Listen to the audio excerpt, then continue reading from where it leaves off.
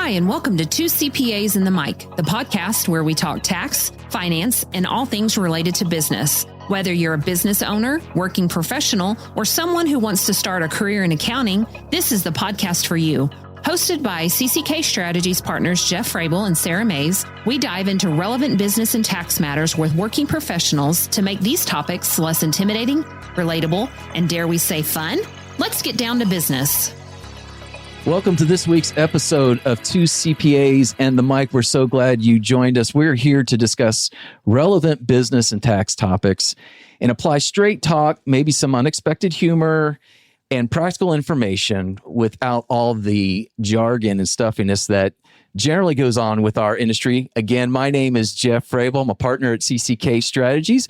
My co-host, Sara. Hi, Sara. What's going on? Hey, Frable. What's going on? It seems like forever since we've actually recorded one of these, and I feel a little out of sorts. Yes, I know, but we got it. It's like riding a bicycle, right? Yes, we're just going to hop right back on. Here we go. And keep going. Now, one thing that's interesting about today is we have actually two people on the mic today. I know. But one of them is not our normal KP. She's not here today. She's not here today. I know, but you know what? It's fine. We can do this without her. We need to expand the budget and have 5 mics instead of 4. Yes. So, but we do have 2 special guests today. We are going to be talking about the Oklahoma Accountancy Board. Now, if you are an entrepreneurial business owner or someone that's not in the profession and you're lacing up your shoes to go on a run or a walk and listen to this and think this is not going to apply to you, you still need to stay on because we're going to find ways to apply this to your situation. If you're in any kind of profession that does have a licensing overboard or oversight, it might be good for you to hear what goes on behind the scenes with those kind of organizations. And if you're in the profession, it'd be good to hear. Just because we're talking about the Oklahoma Accountancy Board doesn't mean that this isn't what goes on in other states as well. So we're going to talk a little bit about that. But we do have 2 very special guests today. We do. We've got Ashley Plyushko. She's the executive director for the Oklahoma Accountancy Board. And then we have our very own founding partner, John Curzon, with us. He actually is serving as vice chair on the Oklahoma Accountancy Board. You guys, welcome. Well, good to be here. Thank you. Yes. All right. Well, why don't you guys give us a little brief introduction about yourselves? We'll start with ladies first. Okay, John. So Ashley, take it away. Oh, thank you so much for having us. So I've been the executive director for almost 3 years now. I am a CPA. I am a government person at heart. I've been in government since I started my career when I was 21. It has been a dream job for me. I have enjoyed every moment. And every time I think, I'm going to get tired of it, I never do. It gets more and more fun. Nice. Wow. I mean, she's got some energy. Yes, she does, especially when you're talking about an accountancy board. This is great. We will induct her into the non-stereotype CPA class there. Yes. That works. Yes, it's great. All right, John. And that's why I brought her. She's got energy. Yes. So, glad to be here. As you said, I'm one of the founding partners at CCK and founded this little organization back in 1997. Sort of retired, doing a bunch of other things. A bunch of other things. Some nonprofit work, some board of accountancy work. And so it's keeping me really busy. I say John's living his best life right now. Yes, he always looks so good and so happy. So this is what happens after mostly retirement, right? That's right. It's mostly retirement. Yes. But the reason John has a very special place in my heart, as do any of the founding partners, but John was the one who told me, how many years ago? 26 next week, because John's always the one that tells me about my anniversary. Yeah. John was the one who said, sometimes you got to get out of the boat. That's right. And he was the one that kind of... Got to be the Peter. He kicked me out. Yes. He kicked me out of the boat. Yep. And not only I, but so many of us in the firm have learned so much from John over the last several decades. And you are appreciated, and we're glad you're here. But we're really excited that you're here for a different reason. So let's get in and talk about the Accountancy Board and just, I don't know, we're going to throw the questions out and you all can fight over whoever wants to answer them. But just kind of give us a high-level overview of the Accountancy Board, what it is, why it's there, and how it got started. I'm going to let Ashley talk a little bit about that, and then I'm going to add All right. I'll kick us off. All right. So the board has actually been around for decades and decades. We have board members that go all the way back to 1917. It was originally a 3-person board, and 2 of our founding board members were the AG and the state examiner and inspector, which is now the state auditor. So it's been around since 1917, and we currently have 5 CPAs and 2 non-CPAs on the board. And there's a 10 total of staff, and we regulate about 10,000 CPAs, about 1,000 candidates, and about 1,000 CPA and PA firms. There's 10,000 CPAs in the state of Oklahoma? There is 10,000. Wow. Yes. That's pretty, I did not know that. And they're all Fun young. fact. They're all very young, right? Yes, very young. The average age in Oklahoma is 25. Yes, that's what I claim. Yes. Yes. And so we're a very active board. We are always interested in looking at ways to make an impact both in Oklahoma and nationally. We look to update our services we offer to our CPAs and candidates, and also ways that we can help other states. We traditionally will meet regularly with other states. We're very active in our national association, which I think John's probably going to talk about here.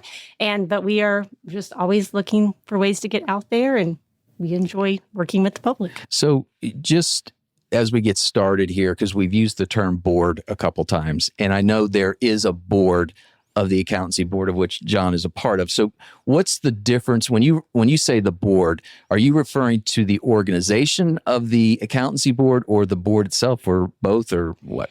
So it usually is both. So you have the board, which is the 7 members, and that's going to be, in essence, our governing body. So they're going to be the ones that set the strategic plan, who are able to kind of tell us the direction. They're going to be the ones that decide legislative proposals. They will do enforcement actions, things like that. It can also mean the staff. So like I said, there's 10 of us. We're the ones carrying out the day-to-day activities, the licensing, the helping people with questions, updating forms, et cetera, things like that. So it can really be both. Okay. Yeah. And Jeff, to your point, it's not, in my career, the board was just these people in a room making decisions about, enforcement or that sort of thing. There's so much more than that, because there is this wonderful staff. They're behind the scenes doing all the work and getting things to the board members so we can make decisions. But even in the board, we have subcommittees. We have committees in the board that are 2 and 3 people that are working with a staff person, and we're evaluating things and going through it so that we can bring it back to the full board. What I would tell you, too, is the full board, they're very efficient meetings because of the staff and because of the work that goes on behind the scenes. The other thing is the Accountancy Board is a state agency, okay? So when we think about it, it's a board, its purpose, it's there to protect the public, to make sure that the regulations are followed by the CPAs. It's a platform for new CPA candidates to make sure they know what to do and taking the CPA exam and that sort of thing.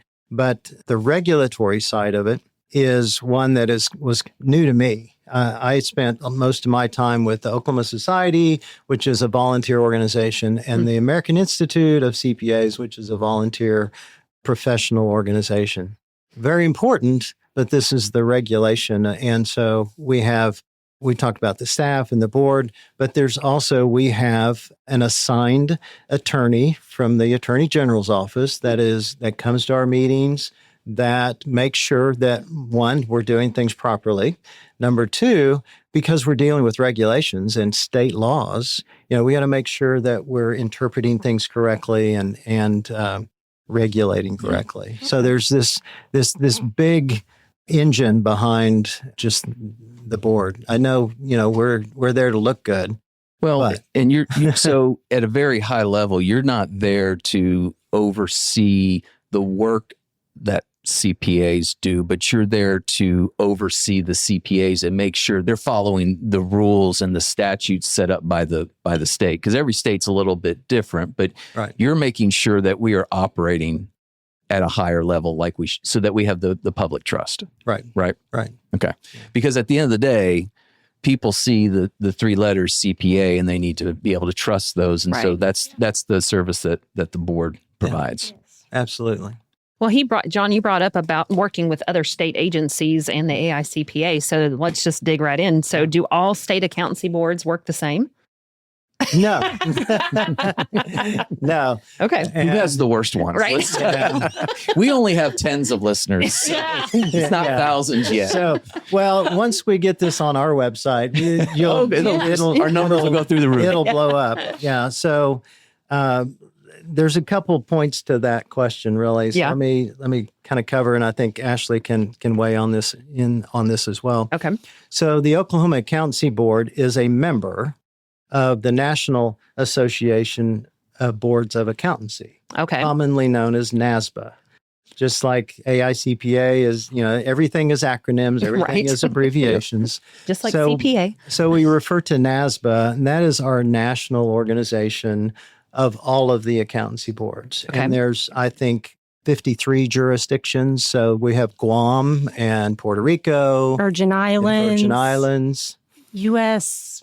Marine or something along those lines. I can't. There's some smaller ones, but Okay. So it's anywhere in the U.S. and U.S. territories that have CPAs, and we'll talk probably a little bit about mobility and that sort of thing in a few minutes. But as it addresses your question, no, they're not all alike. Okay. They are. Each state has its own structure. Many of them are similar, but there's, Texas, it covers a much larger population, much larger area. And so they do things a little bit different because it's Texas. Right. Okay. But we are in the NASBA organization. We are in what's called the Southwest region. Okay. So that includes Oklahoma, Texas, New Mexico, Louisiana, Arkansas, and that's it. Good job. Good job. And I will tell you, it's the friendliest group of people because we have. We're in the South. We are, and yes. some I've been able to have some really good friends from those states that are also board members. Yeah. But even those boards are they operate differently. Okay. That we all have to deal with state statutes and state regulations. So that's the similarity. Okay. But how they're structured and that sort of thing are different. Ashley, you may be able to speak to that a little more. Yeah, so Oklahoma is actually a little bit more unique in that we're not the only one, but we are a smaller subset and getting smaller we are an independent agency. So a lot of states have a subsumed board, a board inside of a larger conglomerate of an agency. It does change their interactions with the public. It changes what they do and what they don't. So that's going to be the biggest thing. What you're going to find is when you have an independent board like ours, they're usually more active in the community. They're more proactive in when changes happen. They are usually more involved in NASBA. Not always. So this is just kind of a generality. Right. They're very out there. And that's something that Oklahoma takes a lot of pride in, is getting out there and being involved in committees and having that voice. And part of that reason is because of our structure. And then, other states, sometimes they have to go through a deeper rules process or a statute change process that we don't have to go through. That gives us a little bit more flexibility. Yeah. Well, and you mentioned the committees at NASBA. So Oklahoma, in particular, Ashley and myself and Rusty Minix, who's one of our board members, are very active in really important committees at the NASBA level. So Ashley's on the UAA committee, Uniform Accountancy Act. Yes. Okay. Which is the model that all states use. I mean, that's kind of the rule book that we follow that Oklahoma has adopted. When that changes, which it just has, then we have to go through our legislative process. So I talk about all the people that make up this engine. There's the legislation and the governor's office, because these are laws that we draft them with the help of, attorneys, and then we present them and we get a sponsor at the legislative level and work that through the system. But so there's that side of the engine as well. I'm on a fun committee called IQAB. So that's fun to say. That's a neat acronym. IQAB, and it stands for International, of course. Yes. My background's international. International Qualifications Appraisal Board. And it's a joint committee between the AICPA and NASBA. And there's 3 members from NASBA and 3 members from AICPA. And we're charged. So we talk about mobility between the states in the United States. This is really about mobility internationally, where a chartered accountant that has their license and designation credential in South Africa, the ability for them to come and live and work in the United States and vice versa. And we want to make sure, the idea is we want to make sure that what they require of a chartered accountant is comparable to what we would require as a CPA. So let's take just a step back and explain mobility, because we've talked about all the states are different and they have different statutes and not necessarily different, maybe some different requirements from a licensing perspective. But how does that, if Oklahoma is different than North Carolina, for example, can I just go and practice in North Carolina, or how does all that work? And you don't have to go from the very beginning and how it's changed, but kind of where does it sit today? Yeah. Ashley, why don't you take that? So mobility is actually undergoing some changes. So mobility is basically where you can go work in another state without being licensed. So it often gets confused with reciprocity, which is when you move to another state and usually must get licensed in that state. This is if you're not moving to that state. When you talk about mobility, that's what it's referencing. So prior to January of 2024, all of the states were considered something called substantially equivalent. So even though Texas's requirements might be a little bit different to be licensed than Oklahoma's or Arkansas's or North Carolina's, technically we all had mobility because they were considered to be substantially similar. That kind of goes back to the UAA and the Uniform Accountancy Act. That's kind of the baseline that most states used about whether or not people were substantially equivalent. That has been changing as this movement toward 120 plus 2 has been, or bachelor's plus 2, depending on the state, as they've been moving forward. And so that has changed. So we're seeing several different mobility models. Some of them are what you would call automatic mobility, which basically says a CPA is a CPA. It doesn't matter what state you're in or what state you're from, and what the licensure requirements in that state are. You're also seeing what they call automatic mobility with guardrails, which basically means a CPA is a CPA with a few caveats, and they vary across the states. So it could be pass the exam, it could be have a bachelor's degree, it could be depending on how many years of experience. So that has really caused an evolution in the mobility framework of the United States and the territories as of this time. And we're still kind of waiting to see how that all shakes out, basically. Yeah, because I can remember when I started in the profession, and you talked about reciprocity and mobility, especially, you just didn't, it was about you actually went. And so I'm sure things have changed drastically over the last decade or two with just the mobility that we have from a working perspective. Oh, yes, it has been especially extremely important given how so much work now is done remotely. You're not even going. I was a friend with an auditor. He's like, we used to go to Chicago all the time, but now we just do that from here.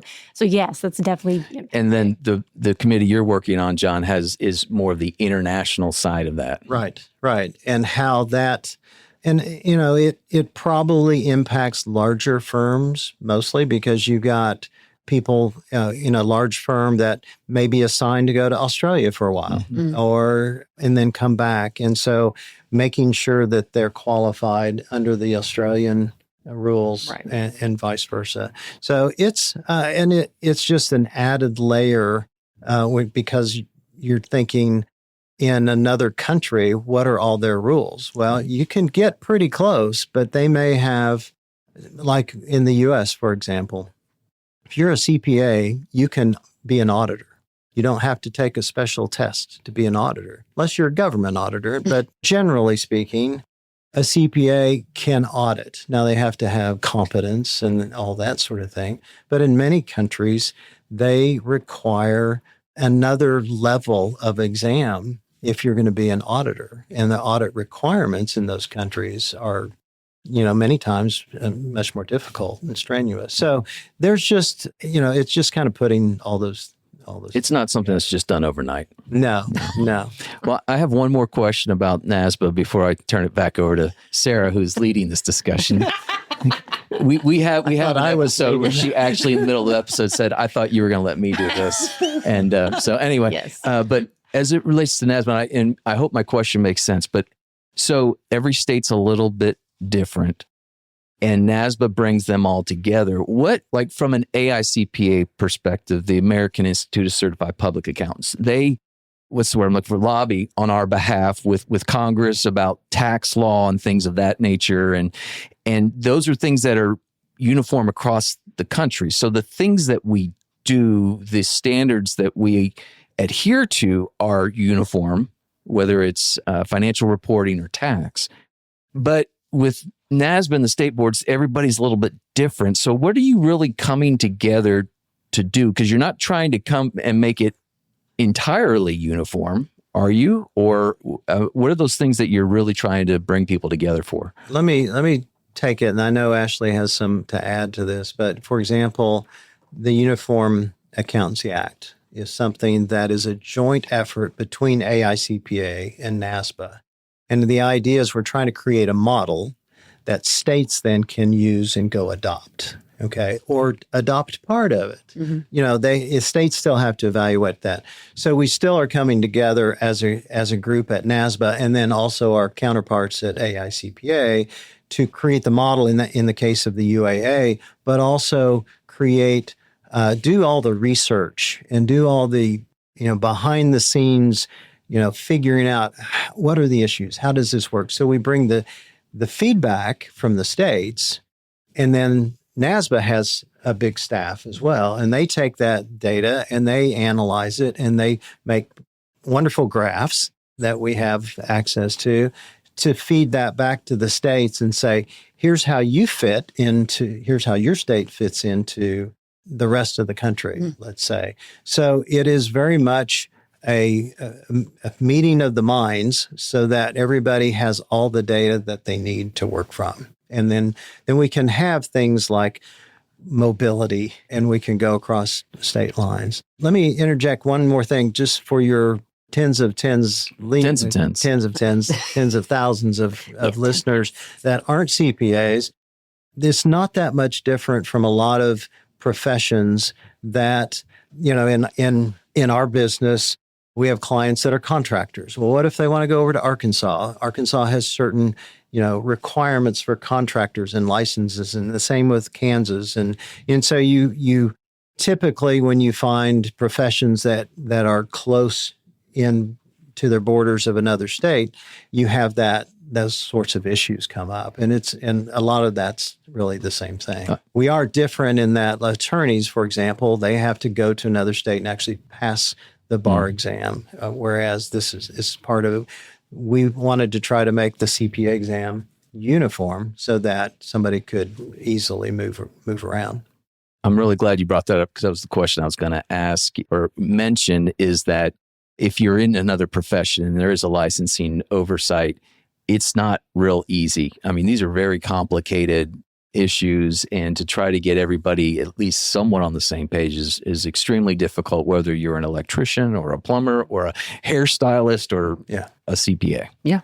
I think the other thing that I think is important that we're sort of dealing with and trying to make the most of it is nationally, we are in an environment of trying to have less regulation. Okay. Well, we're a regulator. Okay, so that directly impacts me. There are a few states, not Oklahoma yet, but there are a few states that would just like to get rid of all regulators, and make it sort of a free-for-all.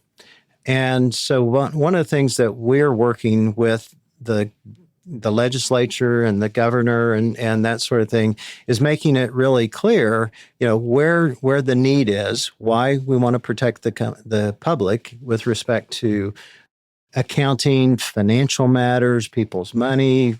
Ashley can talk about some enforcement actions where people didn't do what they were supposed to do. Yeah.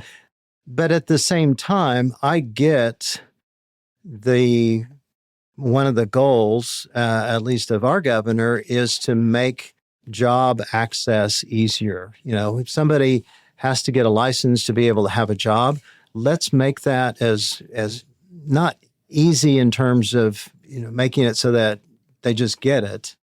But so there's not so much bureaucracy and paperwork. And I would say that is one of the things that Ashley and her team are doing a really good job of helping our CPA candidates move through the process, making it easy. Ashley's going to universities all over the state, talking to the students, saying, what questions do you have? That's what we're here for. And so there's this balance between overregulation and regulation for a reason. Man, he went down two different paths, and I could go well, go girl. Okay, Jeff, you pick. And I sounded so serious there, and I didn't mean to. The only thing I will throw in here is if when you go and you talk to these students about becoming CPAs, we're gonna go down pipeline. Okay. Let's do it. If you need a resource, we have a really good episode number 2 where we talk about how that's changed from my time to our latest CPA candidate. So, all right, let's go down. Well, let's just go down the pipeline in education. So, I mean, what are your guys' thoughts on that current CPA shortage? I hear it in the news all of the time. Nobody wants to get their CPA anymore because it is so hard to sit for an exam, fill out all the paperwork, take so many college credits. So what are you guys' thoughts on that shortage? Or are you even seeing a shortage? Is the media lying? Have you already solved the lies of the media? Yeah, we've solved this. Well, we're not going political. We're not going political there, Sarah. Yeah. So one of my favorite stories about the pipeline issue is I was a brand new executive director. I went to my first NASBA meeting and I'm told these are great. They're calm. It proceeded to be yelling with people having to apologize to each other afterwards. I would like to say that's not the case anymore. NASBA works great together, but that was my first introduction to the pipeline question. Oh, wow. Wow. And so it has been going on pretty much. So accountants can rumble. Then. Yes, accountants we can trigger people. Right? Yes. So that's been something that has obviously been being discussed for the past several years. It's, a concern. It's one of the reasons that Oklahoma decided to go to 120 to sit back in 2023 was an attempt to deal with that. You've seen other things happen to try to address that. The 30 months to sit, it was 18 months to sit and pass all 4 sections. Now it's 30. So you have seen things like that happen. In Oklahoma, our numbers have largely stayed steady. Oh, good. And we have, obviously more and more. So our average age, about 55% of our population is 50 or older in Oklahoma of our CPAs. Frable. Yes. And so that has been, but that's something that we have continually looked at. We're currently reaching out to colleges and universities, talking about that, making sure we're not having too much regulation, getting the right balance while protecting the public, asking about accounting and business hours and things like that. It's all going on. So we're having that discussion at the board along with the rest of the country. And I don't know if, John, you have anything you want to. Well, my additional comment brings in a number of other things because there's a lot of things that impact this issue. One is that generally, when you look at the statistics, there are more CPAs retiring or almost retiring, in my case, than there are new students coming into the program. Okay. And it's not just the CPA profession, it's most professions. So it's kind of across the board. So that's one level. The other is that the CPA exam and the 5-year program has been, everybody's kind of throwing that out. That's a big barrier. But it's a barrier if you make it one from the standpoint of it does cost more to take one more year of college. Right. Okay. But I know firms that are out there that they'll hire somebody that's not even finished with their 4-year degree, bring them on, teach them how to do tax or accounting or whatever, and let them work on their studies as they go. So there's some ways around that to make it better and not make it a complete hurdle, but it does exist. Yeah. I think from a CPA firm standpoint, we're in an environment where there's so many, it's not just tax and audit, right? There's accounting, there's valuation, there's, what else is there? Fraud, forensic stuff. There's a whole bunch of fun stuff. There really is. And CPAs are trained with the fundamentals to be able to do all that. But then one of the things we've changed recently as a profession is we've changed the exam to be more specific to certain areas. If you want to go into tax, then you take that tax section, and they have a name, and I'm sorry, I don't know what they are, but it's TCP is the tax. TCP, It's the tax acronym. companion, yes. Yeah. But so again, let's focus on where the interest is. But I know, and you guys know that over the years, we've had people that, well, they tried this and they tried that. And, somebody I know wanted to be a lawyer. And Not me. Sara is. And, but I think one of the things that's really critical for us, and I think this has gone on, I know you guys do it here. One, make it fun. Mm-hmm. Figure out what people like to do. Let them do that. Mm-hmm. If somebody wants to just be a spreadsheet person, we can let them do that. Right. If they want to be a people person, and we have some of those, that let them do that. So I think it's, to me, one of the things that the CPA profession can maybe do a better job of is promoting. CPAs are not boring. They're not green eye shades and stuff like that. I mean, right. they have podcasts. They do. That's right. And it can be a fun profession. It can be also a very rewarding profession, and it was and has been for me. So anyhow, I kind of got off. The other thing that affects this on the pipeline is a whole new topic, and we call them alternative practice structures, okay? Also known as private equity and ESOPs, okay? And this is an issue that is just blaring us in the face right now. Mm-hmm. And that is that you read, every time you turn around, there's another private equity group that has bought a large accounting firm. Mm-hmm. National and international. Right. And so that's what's been happening. There are firms that have said, hey, we're going to form an ESOP and have the employees. ESOPs are great. We've used ESOPs forever. An employee stock ownership plan, for those that don't know what that is. And they're a great tool to allow employees to be owners. Right. And I think it's a great thing. Our challenge with that, among many things, is, are the rules being followed? Is independence impaired? Okay. Right.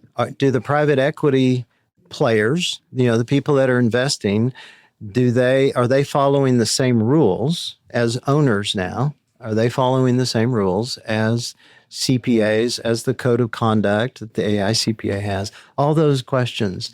And we're taking that very seriously. I would tell you that Ashley and the board are one of the very few states that have really taken it seriously. Mm-hmm. And so we talk about NASBA and we talk about committees.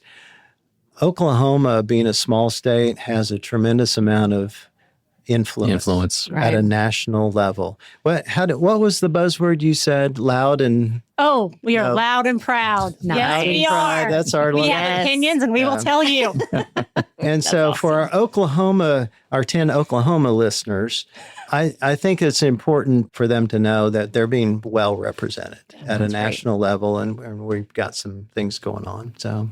Well, with that, I mean, just going back to our pipeline and things like that, and changing, you were talking about because as a CPA who has already passed, I don't pay much attention to how the standards have changed.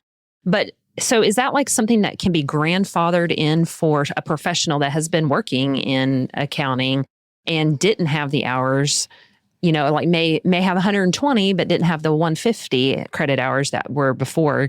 Are they grandfathered into that, even they have graduated from college years ago? So how we have it in Oklahoma, so just talking about becoming a CPA in Oklahoma, if you is kind of a little funky. Yeah. So let's say that you graduated from college in 1985.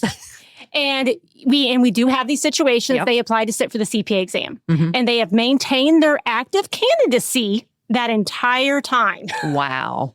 At that point, there are some trigger points in regards to it changes your requirements, but those very rare. So, but let's say if you're talking about like mobility, like let's say we go from 150 to 120 and you're already licensed, like that won't impact you. Right. Okay. Like, for example, when we went from 120 hours to 150 back in 2010, I believe, July 1st, 2010, I think is when we went live with that. Everyone who was licensed already maintained their license. Correct. Everyone was grandfathered in. So those types of, if we change the number of accounting hours, if we change the number of business hours, if we change the number of experience, if you're already licensed, you're going to be fine. Right. The only people it's going to impact are going to be usually those people that are still candidates. Okay. Yeah.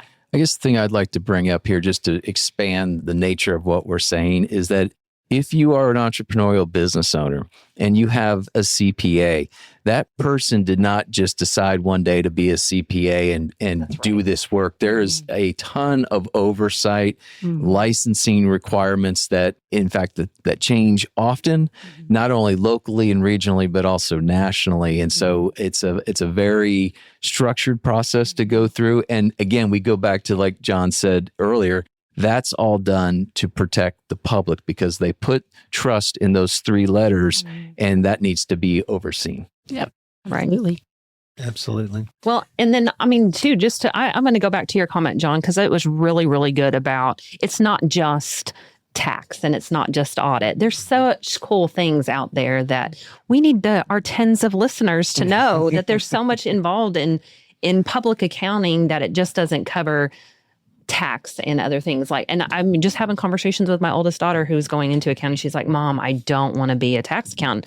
I said, sis, you can do forensics. And she's even delved in that in her current profession. She's at a bank and working in the forensics department there.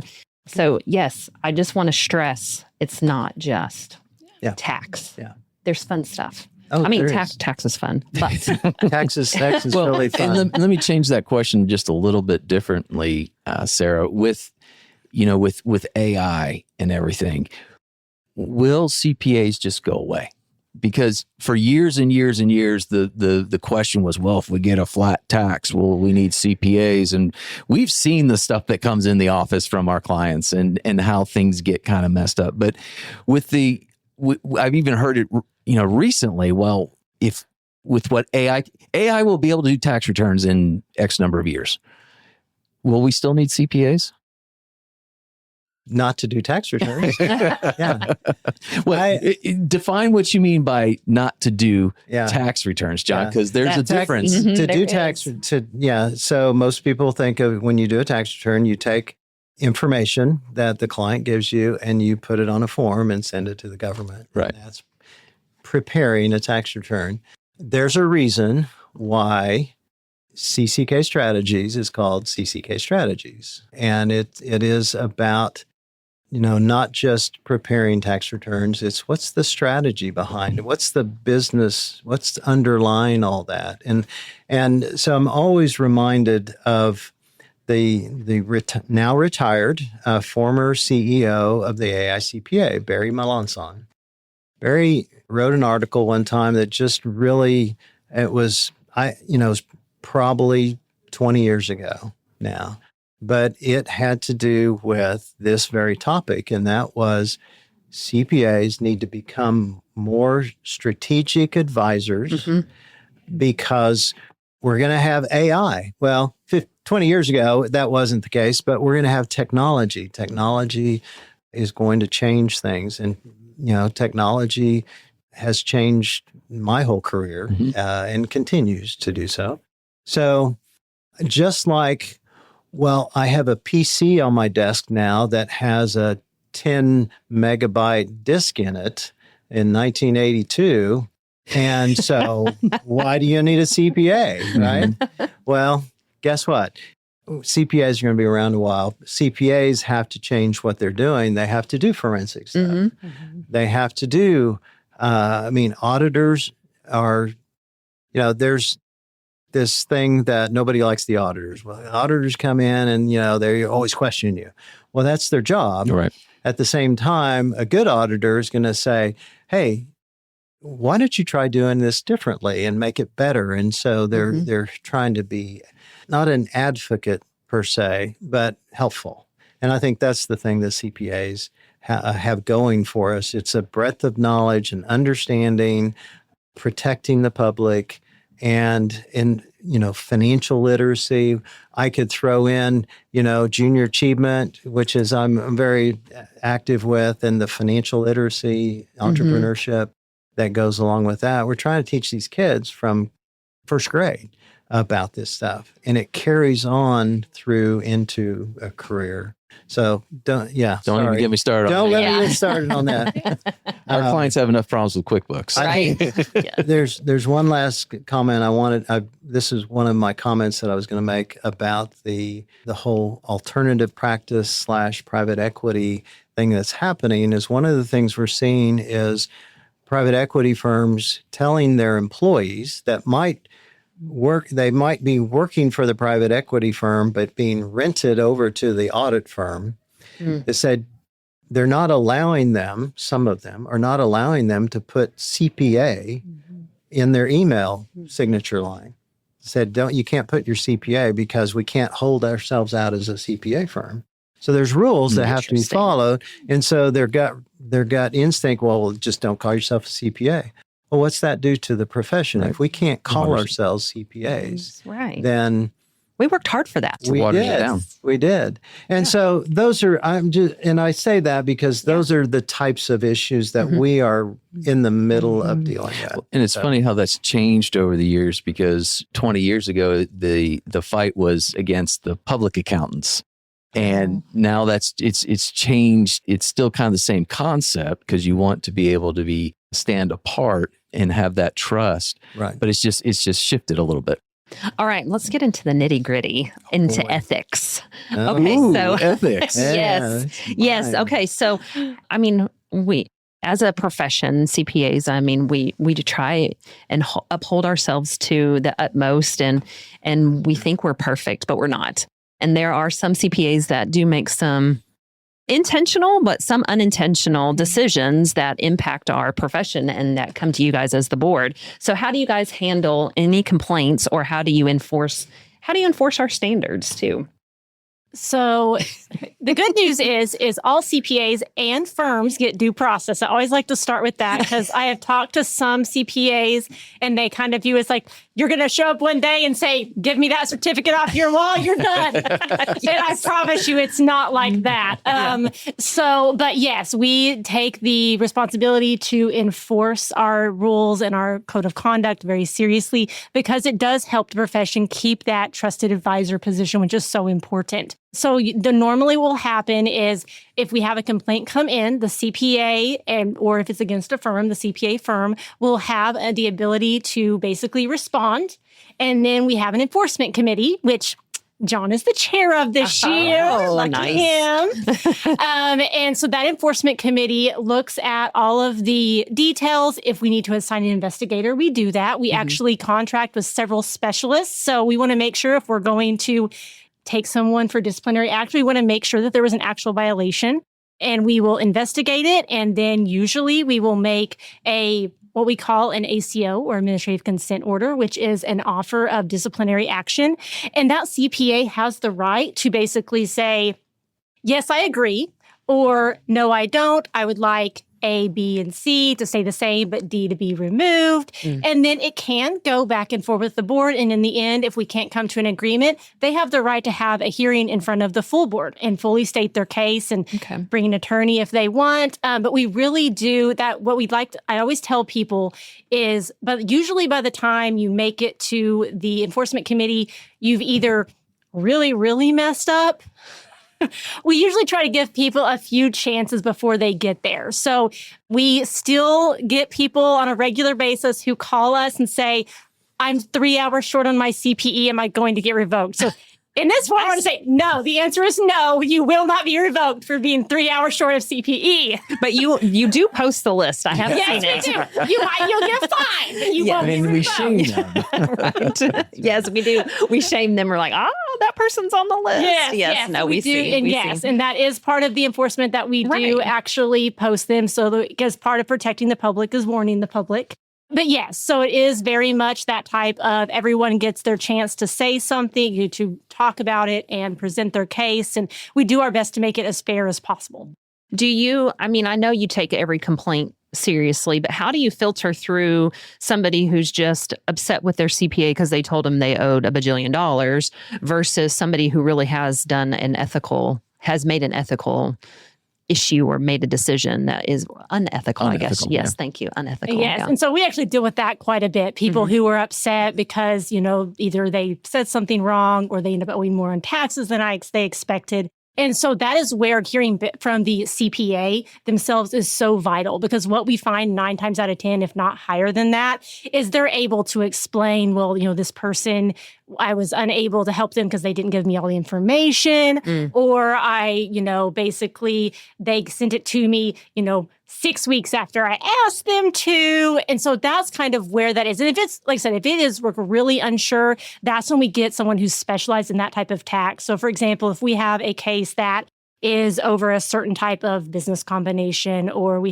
one time we had someone who had a marijuana operation, we'll go out and find someone specific so that we know we can pinpoint whether or not there was an actual issue. Okay. All right. So every complaint that is made but the CPA is made aware of every complaint. Correct. And is the firm they're associated with also made aware? So if I get a complaint, is CCK notified? So if it is to a specific individual, we notify that specific individual. And if they want to let their firm know, they can, because it's considered confidential. So if they made the complaint specifically against that CPA, we can't go out. We're not allowed to tell anybody else except that CPA. I see. Now, if it's against a firm specifically, then obviously. Right. Yeah. Right.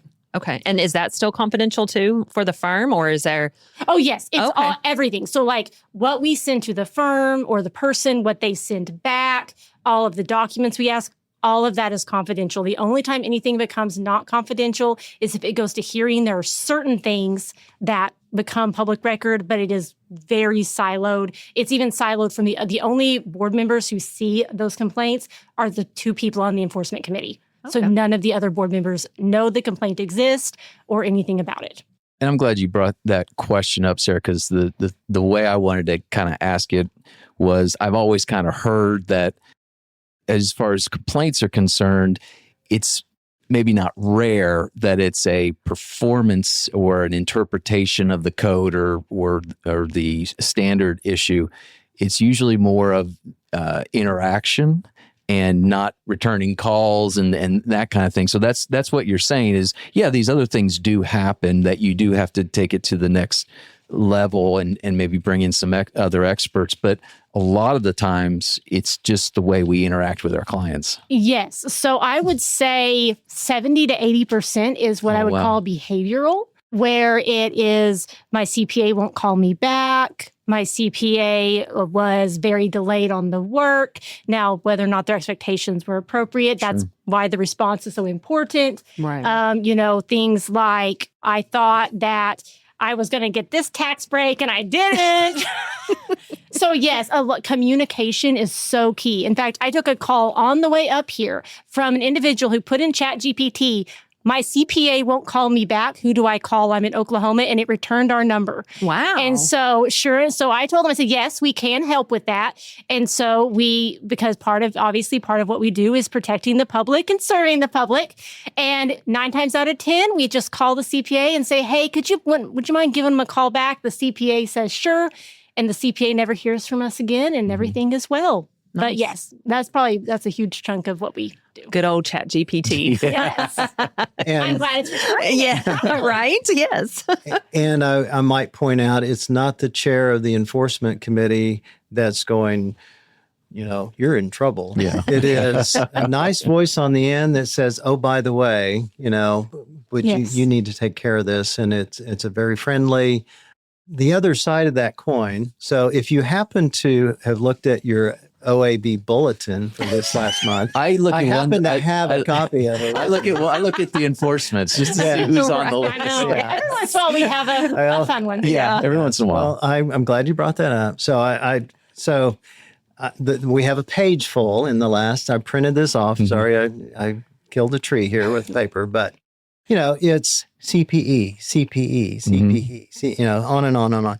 Every once in a while we get an SEC referral. Mm-hmm. So typically a large firm that does SEC work, and the SEC has determined that they have a failure, and we get those, and we ask the question: was anybody from Oklahoma involved in this? And they say yes or no. If it was yes, then we move forward with determining whether there's a case against those people. But or an ERISA audit if it's substandard work. So what's ERISA? ERISA. Oh, I don't know what I seriously don't know what ERISA is. My sister ERISA. My sister ERISA.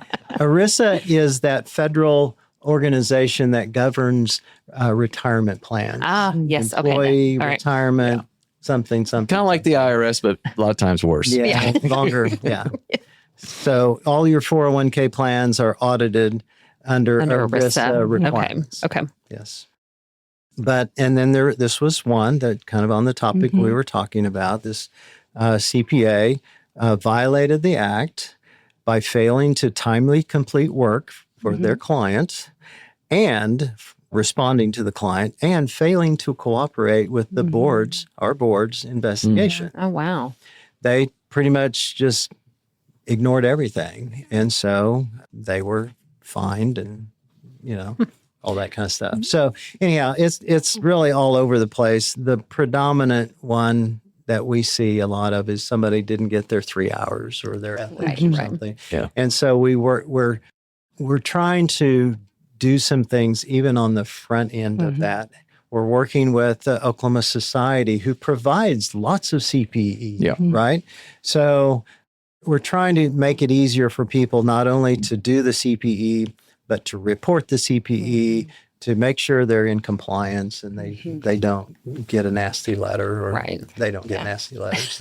They get letters. So. Well, I always, I joke, but I do always read that and most of it's just to see what's being done. Yeah. And 90% of it is CPE. I remember decades ago, there was a CPA that actually committed murder or something that. Yeah. And that popped up in there that they lost their license because it was an act discreditable to the profession. But that's once in 20 years type of thing. But it's always, but I think the key there is you can miss your CPE goal or your certified continuing professional education, which we're required to have every year.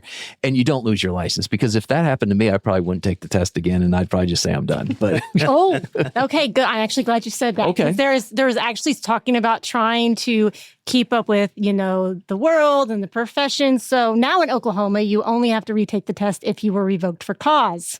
Okay. So, but you will not have to.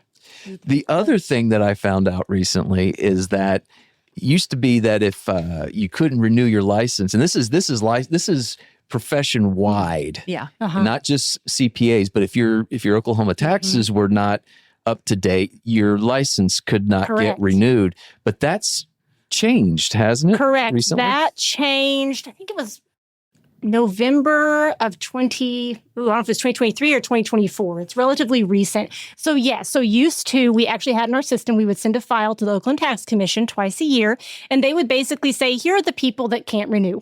Right. And they would call us, and we'd basically have to say, we're really sorry, you have to call the tax commission. It was very pleasant for them, unpleasant for us, obviously.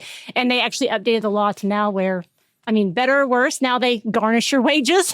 Okay. So it depends on what your opinion is about whether you think that's better or worse. But no, thankfully that did go away. And, as a CPA, I was glad. I was like, I have a dispute. I'm not sure. Yeah. Well, okay, before we wrap up, I let you wrap up, I do have a question. So not that it is very similar. So I've been rewatching Better Call Saul. We get very technical on this podcast. Yes. And so, not getting into, I don't want to get into the cartel and all of that stuff. But there are some, there's some ethical issues there. And is there ever any point where something is presented to the board as a complaint, and then you guys find out where there's some federal charges or state charges that need to be pressed? Do you guys turn that over? Or, have you ever gone that far to where it turns into Like, you got to go to jail? So thankfully, we don't have criminal power. Okay. Thankfully. So Good to know. We can refer to like the district attorney. Okay. It's extremely rare. My enforcement coordinator has been with the agency 15 years, and she's only ever had to do it once, thankfully. Wow. But technically, yes. Okay. But very rare. Okay. Good to know. Because CPAs can be bad people too, I guess. Yeah. Yes. Well, and like I said before, we work very closely with the Attorney General's office in everything we're doing, and so if they see something, that they're probably going to kind of alert us and say, we need to take over on this particular issue. But again, I haven't really seen that. It's extreme. Like I said, one time in 15 years, very rare. Usually it's not us finding stuff. It's the way around. Telling us. Okay. Yes. Yeah. Okay. Which is good, because that sounds dangerous, and we have our door unlocked. Florida, they revoked a gentleman who assisted with a political overthrow a few years ago. Oh, So wow. it does happen. Yeah, I asked if they had extra security when they did that. Yeah. Crazy. Interesting. All right. There, I got my. Well, Sarah, I want to. I got one more thing to say. Okay. And Some things that Claire's change. probably turning me off right now. So. No, you're talking about ethics, and that was that was a big part of my career. I spent decades, literally, on the Oklahoma Society's ethics committee. I did spent some time on the AICPA Technical Standards Committee, and it was a great education for me because I got to see a lot of things. Yeah. Some good, some kind of sad. But I think what I've discovered in all that time, and we see some of these things come through, but it is the fix for ethics usually is having a firm culture that says ethics is important. Yes. Cheating is not allowed. Right. Cheating on your time. Over the years, we've had to deal with, and that could be somebody working without putting their time down. Yeah. That could be putting extra time down. And that doesn't happen a lot, but we've all seen that in our industry, in our profession. And I use the word cheating kind of intentionally because it gets the point across. But all of that is, if you do those little things, then what it does, it ruins your credibility for everything else you do. Mm-hmm. And so if I am doing work as an auditor, and I say as an auditor, as a junior auditor, I say, I looked at those documents, and I'm signing off that I looked at those documents, and I really didn't, but my supervisor assumes that I did because I said so. Okay. Well, the credibility of the entire project is in question. Mm-hmm. And so that's the kind of thing, and that's an ethical issue. Right. And so that has to be taught, and that is taught from leaders, right? Right. It's a top-down thing. And I know you guys have stressed that. You were taught well. That's all I can say. Taught well. No, but seriously, that's what, to me, the whole ethics thing comes down to. What's the culture that you're creating? And even in a firm of 3 people or a firm of 1 person, what we've tried to do is create, by doing some things at both the board level, at the OSCPA level, trying to encourage people, say, this is important. This is why we have ethics classes. Yeah. And try to do that. And there's a requirement for it. Yeah. So that's my pitch. Thank you. Well, it all goes back to protecting the public, putting trust in the 3 letters. So, Ashley, John, thank you so much for joining us today. Yes. Ashley, you drove all the way from Oklahoma City, so thank you for that. And John, it's always good to have you within the 4 walls that you created. So, we talked about a lot of really great stuff, and I hope for those of our listeners that are not in the industry, it was beneficial. But I think it gives a lot of insight to what goes on behind the scenes of a licensing oversight board, whether it's CPAs or any other trade or things like that. And also if you're getting into the profession, I think it gives a lot of really good information about how our licenses is administered and how it's governed and all that kind of stuff. But before we end, and I don't know if you've heard this, because if you've listened to our podcast, you have. Would, yes. Yeah. But Sara has some special questions. Is it just going to be for Ashley, or is it going to be for John? It's going to be for both. Okay, yes. now this is a little fun, just to kind of, so don't get all worried. But and I did not give these to you, but this is our rapid fire. All right. To start your day, coffee or tea? Coffee. Hot chocolate. Oh, There we nice. go. I love Yeah. that. Love it. Okay. Besides your email app, what is your most used app on your phone? LinkedIn. Oh, nice. Okay. All right. Teams. Teams? Yep. Good. Good. All right. If you're going to binge on something, are you going to binge on reading books or watching shows, TV shows? Reading. I was like, sorry, my millennial show and TV shows. Nice. Good. Same, sister.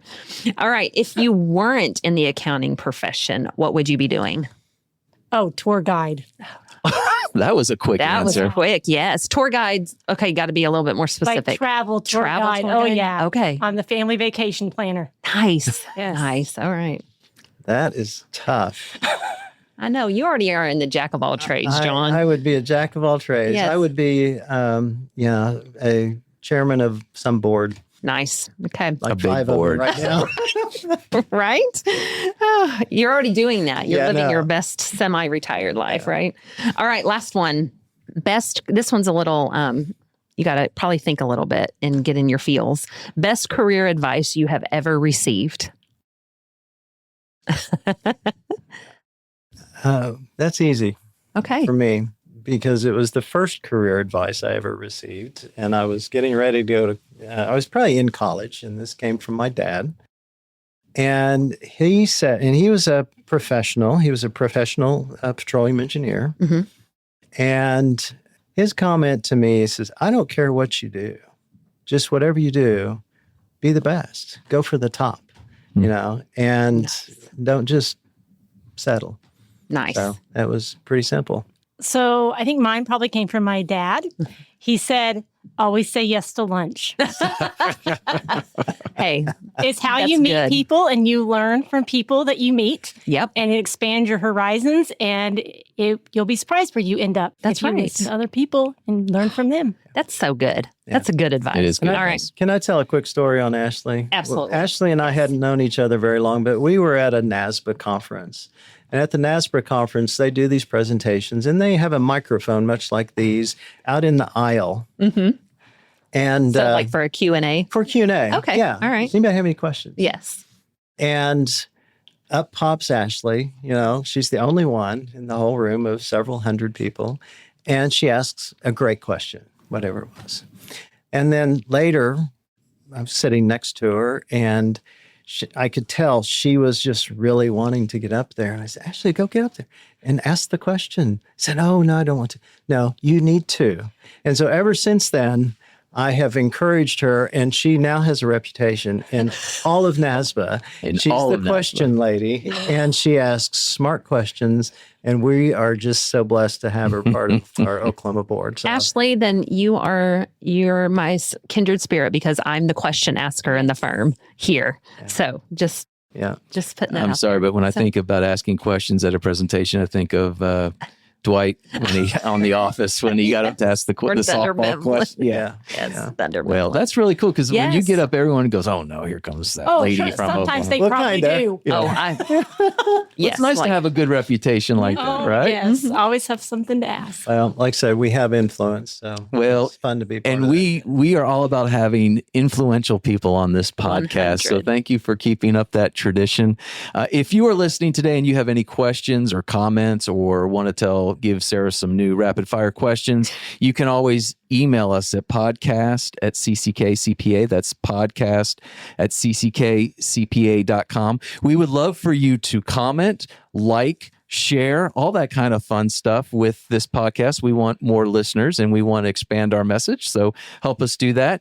Special thanks, as always, to CCK Strategies for being our sponsor, allowing us to do this fun stuff. Thank you, John, for being almost 28 years ago, coming up on our anniversary. So thank you for that. KP, thank you as always. She's not here today, but she keeps us on the straight and narrow. Robert, for the intro and outro music. Did we get new music yet? No, he has some. I need to get it to you. Get it to Clarence, which well, we want. Well, you have to approve it. Oh, if it's good with Robert, it's good with me.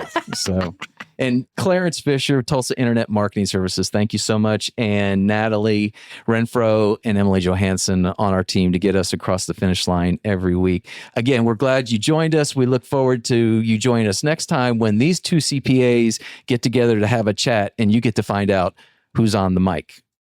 The information provided on this podcast is for general informational and educational purposes only and does not constitute accounting, tax, legal, or financial advice.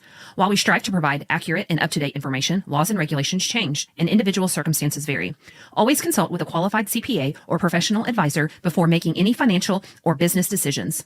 The views expressed by the hosts and guests are their own and do not necessarily reflect the opinions of any organizations they are affiliated with.